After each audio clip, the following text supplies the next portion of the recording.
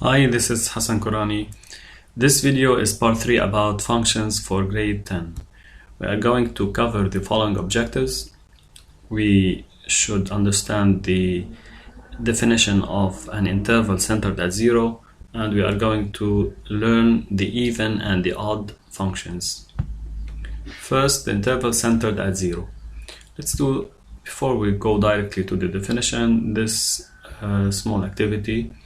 Let's consider the following intervals a, b, c, and d, where a is a closed interval between -3 and 3, b a closed interval between -2 and 5, c open interval between -4 and 4, where -4 and 4 are excluded, while the interval d is -6, 6, including -6, excluding 6, as you see. The question is, which among these intervals has the property for any x, for any number x belongs to it, then -x, the opposite of this number, belongs to it also. Please pause this video and try to answer it yourself. You can easily notice that this property is verified over this interval. If you choose, for example, if you choose any number here, let's choose 2 belongs to a, and the opposite of 2, which is -2, belongs to a also. And if you choose 3 belongs to a, and -3 belongs to a also. So interval a verifies this property. In interval b, if you choose, let's say 4 belongs to b, while the opposite of 4, which is -4, doesn't belong to b. So you may stop here, and this is an exception since the property says for any, and this is not for any. So interval b doesn't verify this property. Let's see interval c. In fact, it verifies this property, since if you choose any number here, the opposite of this number also belongs to it. For example, 3 belongs to c, and the opposite of 3, which is -3, belongs to c also. And sure, you cannot choose -4 or 4, since both of them don't belong to this interval. While if you look for the interval d, in fact, it's true, but there is an exception. If you choose -6 belongs to d, while the opposite of -6 in fact doesn't belong to c, since 6 doesn't belong to d, excluding at c. At 6, so interval d doesn't verify this property. So as a conclusion, the only intervals that verify this property are intervals a and c. Let's see the definition. That says an interval I is said to be centered at 0 if for any x belongs to I, then -x also belongs to I, the opposite of x belongs to I. Note that the set of all real numbers R, which is the interval -infinity plus infinity, is centered at 0 in fact, and this is always true. Let's see the parity of a function. What do we mean by parity of a function? It means that we have to study if this function is even or odd or something else. Let's see this activity about even functions.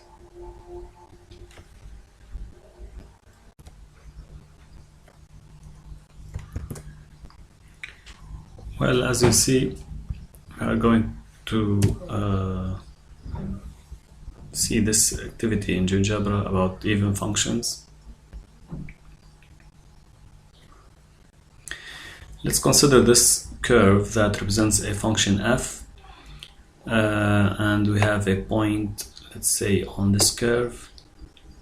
You can see that if this is x value, the image of this x is f of x, and if we take -x and the image of -x, f of -x, you can see or notice that f of x and f of -x are equal in fact, and this point over here is symmetric to that point with respect to y-axis, and this is true for any point on the right side of the curve on the right side of the y-axis, and from this we can see that this curve is symmetric with respect to y-axis. This function, in fact, is an even function. Since its curve is symmetric with respect to y-axis, we can choose anywhere, change the position of this point, and see that f of x and f of minus x are still equal. For this reason, this function is considered as an even function. Even if we change the shape of the function, as you see here, still the curve of this function is symmetric with respect to y-axis, and still the function is even. Such functions are called even functions.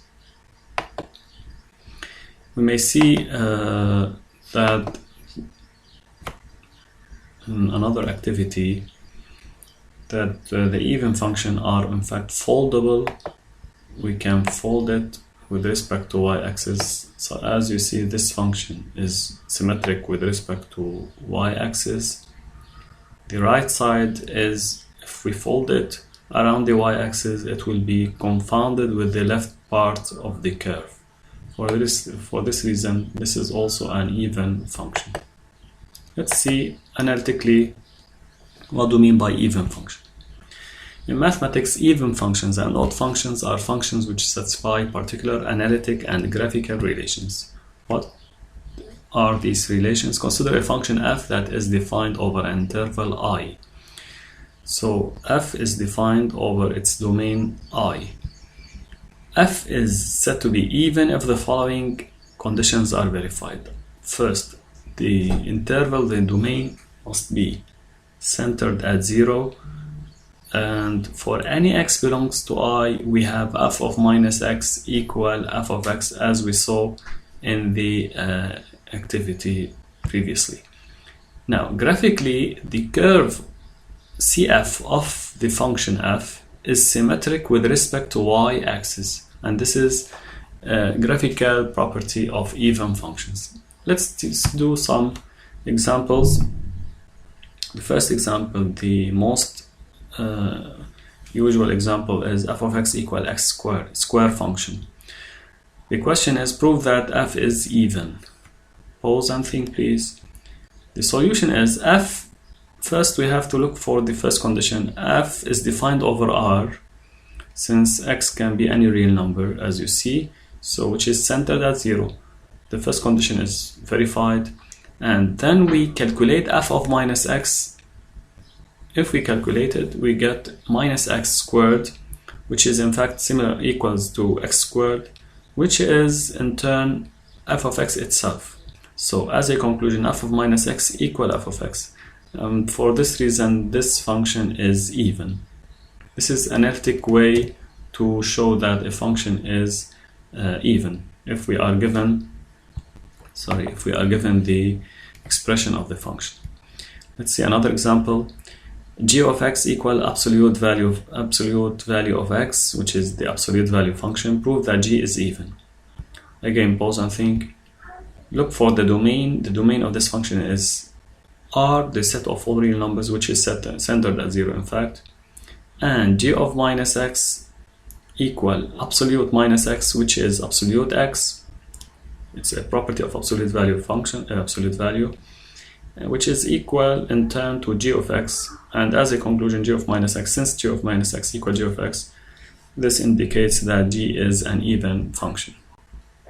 Graphical properties. This is an example. F of x equal x squared. In fact, the curve of f of x of the function f, whose expression is x squared, is like this. We call it usually parabola. This form is called parabolic form, parabolic graph. And this function, since it is symmetric with respect to y-axis, is an even function. Another example, the absolute value function, absolute x, its curve is like this. Semi-straight line from minus infinity till 0, then from 0 till plus infinity. And as you see, the curve is symmetric with respect to y-axis. Thus, this function is an even function. Let's see the odd functions. Before this, we are going to see this activity about odd functions. What graphical properties are about odd functions. As you see, this curve represents a certain function f, and we have a point here that is on this part of the curve. If we choose here x and we find f of x, you can notice that if we take minus x and f of minus x and we compare them, yes, in length they are equal, but one of them is positive and the other is negative. So from this you can notice that f of minus x and f of x are opposite numbers. Let's say f of x equal 2 units, f of minus x equal minus 2 units. And this is true for all cases. If we change the positions of x, you can notice this. And if we change the curve itself, you can notice that the curve, there is symmetry for this part and that part, but here, not like in even functions, this part, the right part, is not symmetric with respect to y-axis to that part. In fact, there is a symmetry with respect to origin, as you see here. This point is symmetric to that point with respect to origin. Even if we change it, there is a symmetry with respect to a point, not with respect to an axis. And in fact, all this part and that part are symmetric to each other with respect to O. And you can see this by this animation.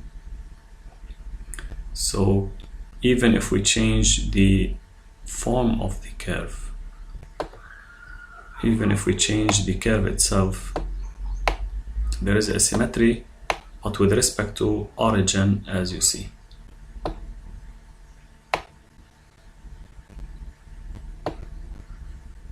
Here, f of x and f of minus x are opposite, and this part, the right part, is symmetric to that part with respect to origin, not with respect to y-axis. Such functions are called odd functions.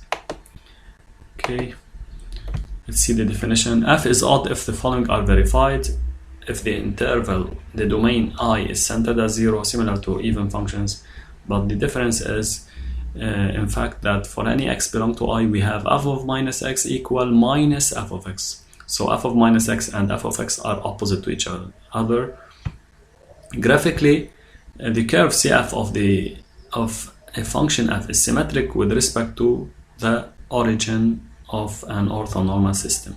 Examples: f of x equal x cubed. This is the most useful example. Prove that f is odd. Pause and think. And first, f is defined. We look for this condition. The domain of definition, in fact, here is R. X can be any real number, so it is centered at 0. And we usually calculate f of minus x and see what do we get. F of minus x, plug in here minus x cubed, which is minus x cubed, which is in fact not f of x, it's the opposite of f of x, so it's equal to minus f of x. As a conclusion, f is odd function. Another example, g of x equal 1 over x, and let's prove that g is odd. Here is a mistake, we must change it. G is odd. In fact, g is defined over r minus 0, since x must not be 0, otherwise we get an undefined fraction. So r minus 0, which is centered at 0 in fact, and g of minus x is 1 over minus x. Just replace x by minus x to get minus 1 over x, which is in fact minus g of x. As a result, since g of minus x equal minus g of x, then this leads to say that g is an odd function. Graphical properties, this is an example. F of x equal x cubed, cubic function.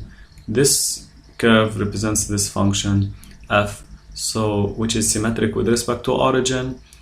Thus, this curve represents an odd function. Another example, f of x equal 1 over x, which is the inverse function, called the inverse function.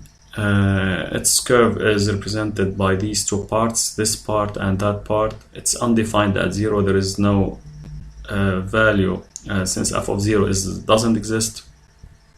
And it's, as you see, these two parts are symmetric with respect to origin. Then this curve represents an odd function. This is about the odd function. If the domain of definition of f, this is a very important remark in fact, if the domain of definition of f is not centered at 0, then f is neither even nor odd.